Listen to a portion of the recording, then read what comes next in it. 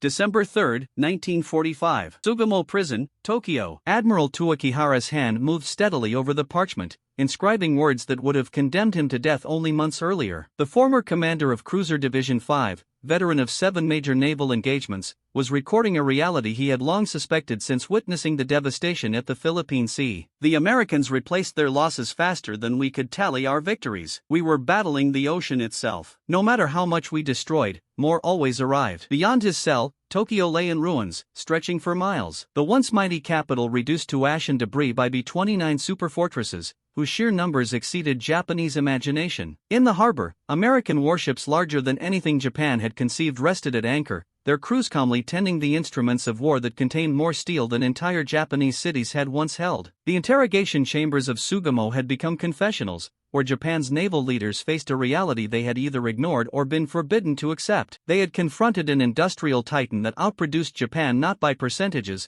but by orders of magnitude. The testimonies given to the United States Strategic Bombing Survey would reveal not merely military defeat, but the impossible fantasy of matching American industrial output. These sessions produced the most thorough admission of industrial inferiority in military history, senior Japanese officers painstakingly chronicling how they had led their nation into conflict with an adversary capable of producing more aircraft in a month than Japan could in a year. The pre-war delusions. Yamamoto's warnings from America. The origins of Japan's fatal miscalculations stretched back to the 1920s. Admiral Isoroku Yamamoto, who would later orchestrate Pearl Harbor, spent 2 years at Harvard University, 1919 to 1921, and 2 years as naval attaché in Washington. He returned with cautions that fell on deaf ears. In correspondence from January 1941, Yamamoto wrote to Navy Minister Koshiro Oikawa, "Anyone who has seen the automotive plants of Detroit and the oil fields of Texas understands that Japan lacks the capacity for a naval arms race with America." His evaluation of American industrial potential proved prescient. Captain Minoru Genda, who would help plan Pearl Harbor, accompanied a military delegation to the United States in 1940. His report described visiting Boeing's Seattle plant, where B-17 flying fortresses rolled off assembly lines. The facility produced heavy bombers using mass production techniques Japan could not match. Mitsubishi required 3 weeks to build a twin-engine bomber that American factories completed in mere days. Ignored statistics. The Mitsubishi team touring Douglas Aircraft in California counted 6,000 employees on a single shift producing DC-3 transports,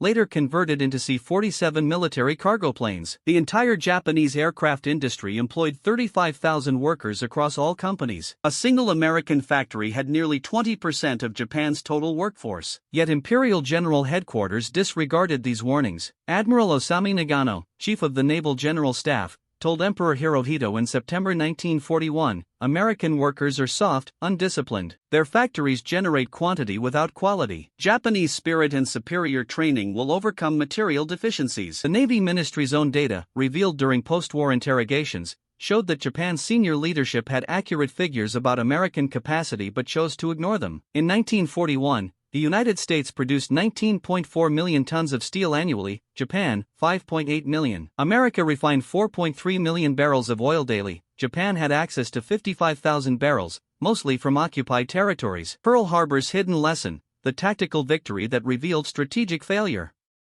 December 7, 1941. The attack seemed to confirm Japanese assumptions: 8 battleships damaged or sunk, 188 aircraft destroyed, 2,403 Americans killed.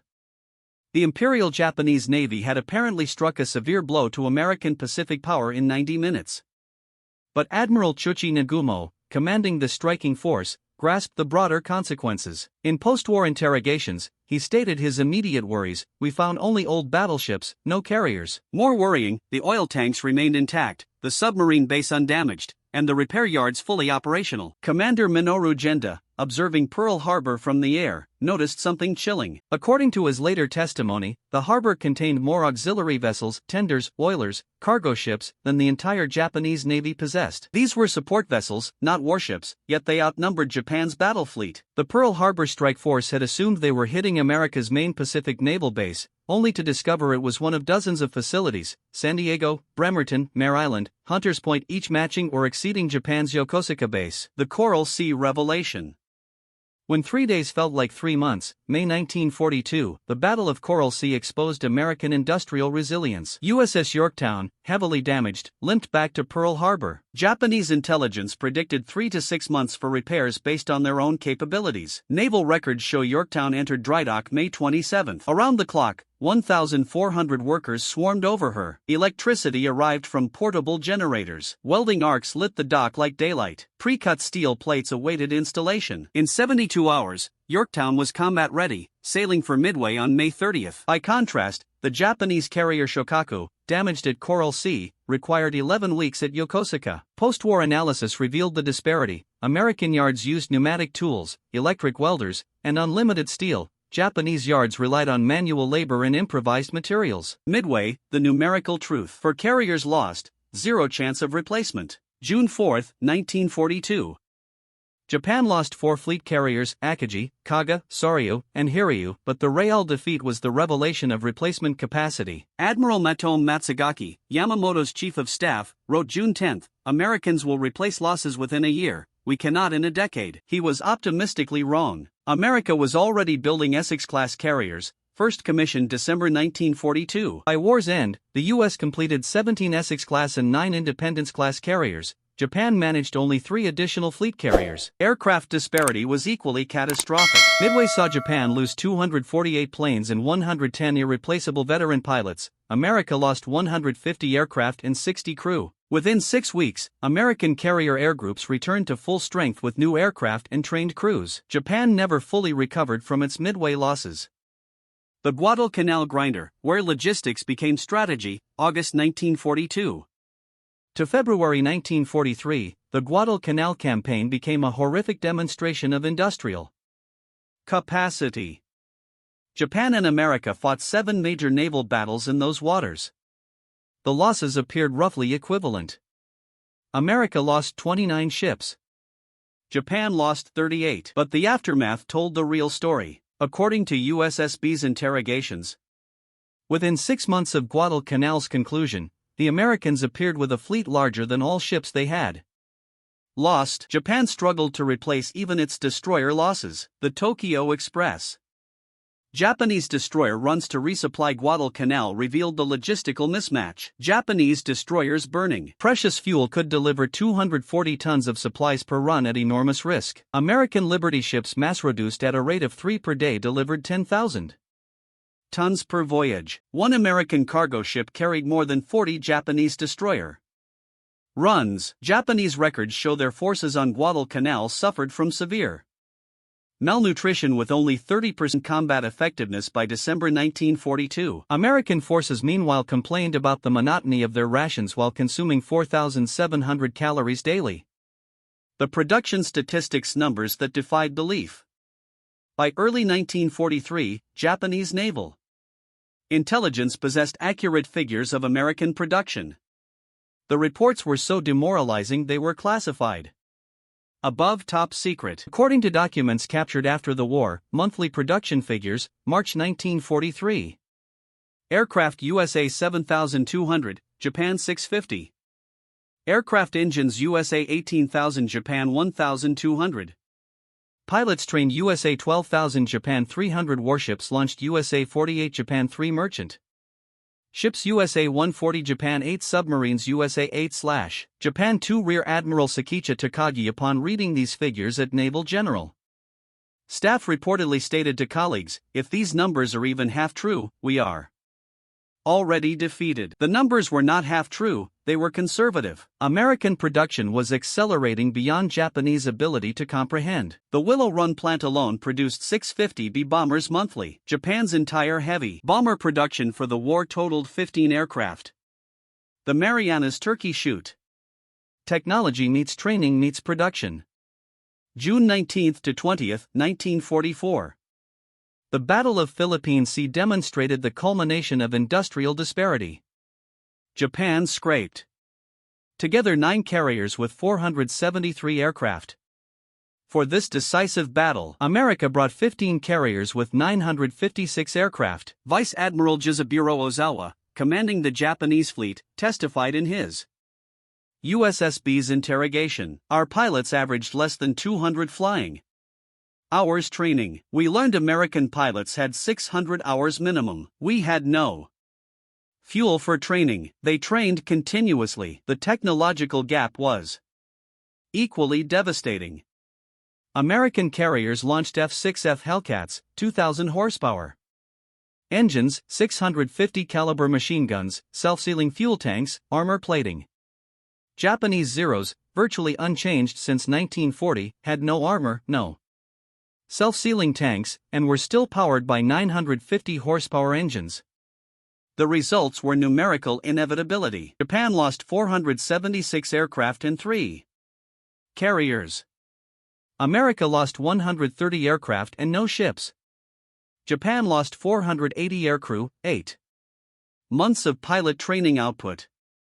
America lost 76 aircrew and replaced them within days from training programs producing 3,000 naval aviators monthly. The B-29 equation. When one bomber cost more than buildings. November 1944. The first B-29 superfortresses appeared over Tokyo, flying from Saipan. Each bomber cost $639,000, more than most Japanese government buildings. America built 3,970 of them. The B-29 program cost $3 billion, exceeding Japan's entire annual military budget. Each super fortress contained 55,000 parts manufactured to tolerances Japan could not measure. The pressurized cabins, remotely controlled gun turrets, and bombing computers represented technology Japan could not replicate with a decade of development. The B-29 raids revealed American industrial excess beyond Japanese comprehension. Bombers flew 1,500 m from the Marianas, dropped their bombs, and flew back. A 3,000 miles round trip consuming 6,000 gal of aviation fuel per aircraft. A 500 plane raid burned 3 million gallons of fuel, Japan's entire monthly aviation fuel production. The March 9 to 10, 1945 raid on Tokyo dropped 1,665 tons of incendiary bombs, destroying 16 square miles of the city. This single raid dropped more bombs than the entire Japanese Air Force possessed in inventory. The Okinawa Quantitative Truth. 1457. Ships versus mathematical impossibility. April 1945. The invasion of Okinawa demonstrated American industrial might at its apex. The invasion fleet comprised 1,457 vessels, more ships than the Imperial Japanese Navy had operated in its entire history. Vice Admiral Takiro Onishi, creator of the Kamikaze Corps, testified before his suicide. I counted over 100 destroyers just in the screening force. We have 11 destroyers remaining in the entire Navy. The Kamikaze campaign revealed the futility of courage against industrial output. Japan launched 1,900 kamikaze attacks at Okinawa. They sank 36 ships and damaged 368. Within 60 days, every lost ship was replaced. Most damaged ships repaired. The supply operation for Okinawa defied Japanese understanding. Every day, transport ships delivered 50,000 tons of supplies, food, ammunition, fuel, medicine. Japan's merchant marine could not move 50,000 tons weekly to all forces combined. The submarine statistical reality, 2% of personnel, 60% of tonnage sunk. Throughout 1944 to 1945. American submarines systematically eliminated Japanese merchant shipping. America commissioned 228 submarines. During the war, Japan built 126. More critically, America produced submarines on assembly lines, while Japan hand-built each boat. By January 1945, American submarines had sunk 60% of Japan's merchant fleet. 4.8 million tons. Japan's entire shipbuilding industry working desperately could produce 500,000 tons annually. America's Liberty ship program alone produced 500,000 tons monthly. The technological gap in submarines was insurmountable. American boats had air conditioning, cold storage for food, ice cream, machines, washing machines. Japanese submarines operated in 120 degrees heat. Crews, surviving on rice and pickled vegetables, developing scurvy and beriberi from malnutrition. The final statistics when numbers tell the entire story. August 1945. Emperor Hirohito's surrender broadcast ended the war, but the tabulation of industrial disparity continued in occupation interrogation rooms. Japanese officers freed from wartime censorship revealed the true numbers to the United States Strategic Bombing Survey. Admiral Seimu Toyota, final commander of the combined fleet, testified in November 1945. The United States had adequate raw materials, bountiful resources, and tremendous production capacity. Japan's steel supply was 6 million tons annually. America produced 80 to 100 million tons. Total war production military aircraft: USA 324,750, Japan 76,320. Tanks USA 88,410, Japan 2515. Military trucks USA 2,382,311. Japan 165,945. Aircraft carriers USA 141, Japan 17. Battleships USA 10/Japan 2 cruisers. USA 48, Japan 6 destroyers, USA 349. Japan 63 submarines, USA 228. Japan 126. Yamamoto's documented prophecy. The admiral who knew the numbers, Admiral Yamamoto, had been killed in April 1943.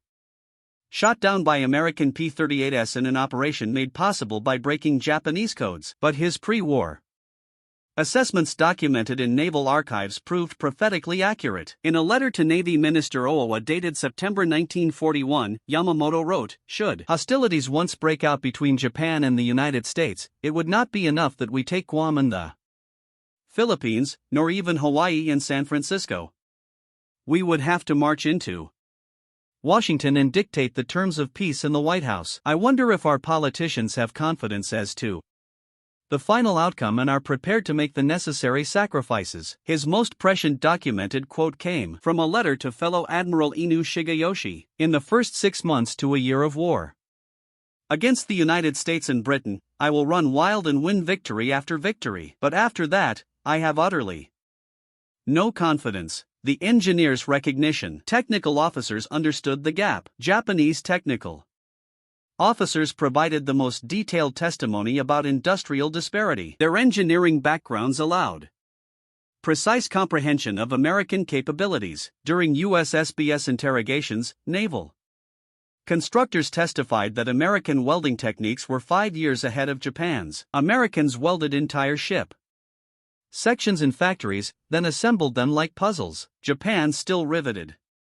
plates individually. One American shipyard worker accomplished what required 10 Japanese workers. The quality difference was equally striking. Examination of captured American equipment revealed that every part was machined to precise tolerances, interchangeable between aircraft. Japan hand-fitted parts individually. Americans mass-produced better quality than Japan could handcraft. The occupation. Revelations when victory became education. August 30, 1945. General MacArthur landed at Atsugi Airfield to begin the occupation. The first weeks provided Japanese officers with overwhelming evidence of American industrial supremacy. The occupation fleet in Tokyo Bay consisted of hundreds of warships, more naval power than Japan ever possessed. This was not America's entire fleet, merely the convenient portion. Within weeks, Americans operated telephone networks, postal systems, radio stations, and transportation networks superior to anything Japan had built in decades. They repaired war damage faster than Japan had built original infrastructure. The food quantitative reality. Garia $1.7 billion in aid. The occupation food distribution revealed American agricultural supremacy. Through Garia, government and relief in occupied areas, America provided $1.7 billion in aid, 59% of which was food and agricultural supplies totaling $1.19 billion. One Liberty ship carried 10,000 tons of wheat, enough to feed a Japanese city. 4 months. Hundreds of these ships arrived, feeding Japan's entire nation. As a logistical exercise, while America's own population experienced no shortages. Japanese agricultural experts reviewing American data discovered that one American farmer produced food for 27 people. One Japanese farmer barely fed his own family. America's agricultural surplus alone could sustain Japan's entire population. The oil numerical truth 151:1. The impossible ratio. Japanese naval officers had always known oil was Japan's critical weakness. But occupation revelations showed the disparity exceeded worst estimates. Japan invaded the Dutch East Indies for 5 million tons of oil annually. America produced that amount every 4 days. Japan's best year produced 2.7 million barrels total. America produced 1.7 billion barrels annually, accounting for 60% of global production. The ratio was 151:1 in America's favor. This single statistic explained the entire war's outcome, the electronics chasm. From vacuum tubes to proximity fuses, the technological gap in electronics and radar proved insurmountable. By 1945, every American ship had multiple radar systems. Search radar, fire control radar, navigation radar. Japan's best ships had one malfunctioning search set. The proximity fuse exemplified American industrial sophistication. Each anti-aircraft shell contained a miniature radar that detonated near aircraft, increasing lethality 5 to 10 times. Japan could not manufacture basic vacuum tubes reliably. America mass-produced 22 million proximity fuses, miniature radar systems as ammunition. MIT's radiation laboratory employed 4,000 people and spent $1.5 billion. Developing 100-plus radar systems, Japan had only 300 staff in naval electrical research by August 1943. The human capital statistical truth. 250,000 pilots versus 45,000. Beyond material production, America's advantage in human capital proved decisive. America trained 250,000 pilots. During the war, Japan trained 45,000. Japanese pilot training hours declined catastrophically. 1941 600 to 700 hours for elite pilots. 1943 275 hours Navy 130 hours Army. 1944 40 hours Navy.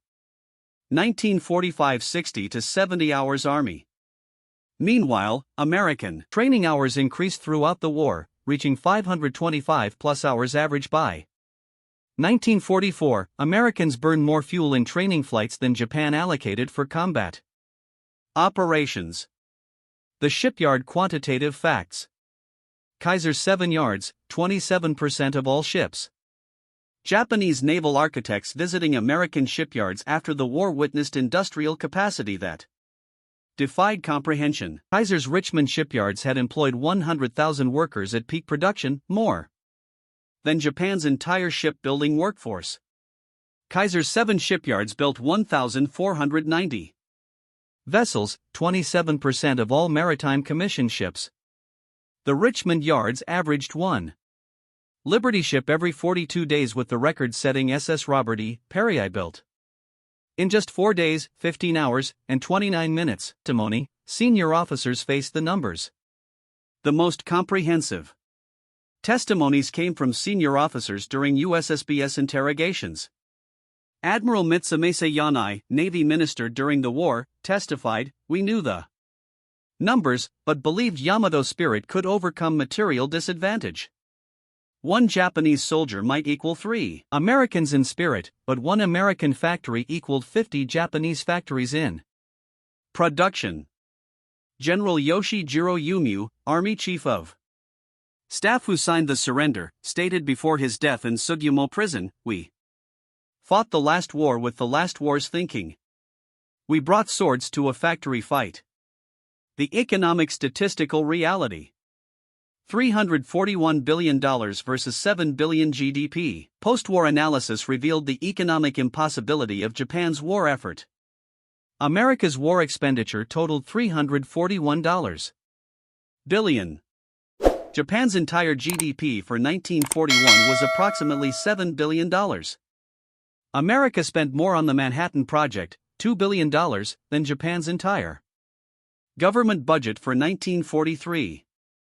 The financial disparity was absolute. America financed war through bond sales, voluntarily purchased. Japan printed money to finance war, creating 300% inflation. The final numerical verdict: cumulative production. The impossible equation. The cumulative statistics revealed the quantitative impossibility of Japanese victory. Cumulative war production. Military aircraft: USA 324,750, Japan 76,320. 4.3 to 1 aircraft carriers: USA 141, Japan 17.8.3 to 1 submarines: USA 228, Japan 126. 1.88:1 destroyers: USA 349, Japan 635.5 to 1 merchant ships: USA 33, 93, 230 tons, Japan 4,152,361 tons. 8.2:1 oil production: USA 833 million tons, Japan 5.5 million tons. 151 to 1 steel production: USA 334 million tons, Japan 24 million tons. 14:1 aluminum: USA 2.88 million tons, Japan 375,000 tons. 7.5 to 1. Epilogue: the piece of production from defeat to economic miracle.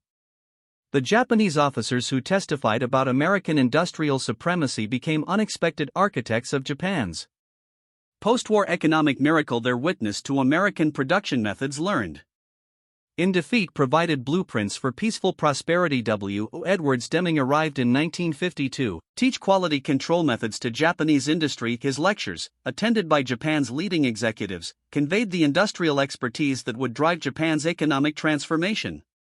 Enterprises founded by former military personnel adopted American mass production methods for consumer goods. By 1960, Japan was manufacturing automobiles that rivaled American models.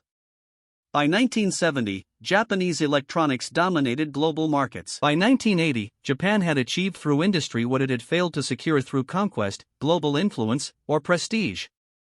The accounts of Japanese military officers regarding American industrial superiority remain history's most thorough acknowledgement of strategic misjudgment. They realized that modern warfare was not determined by bravery but by capacity, not by morale but by numbers, not by individual fighters but by laborers, 10 times the industrial output. In that simple phrase lay the entire Pacific War's inevitable outcome: they never had a chance. Yet in recognizing this, they contributed to building a world where production serves peace, industry benefits humanity, and former adversaries become collaborators in prosperity.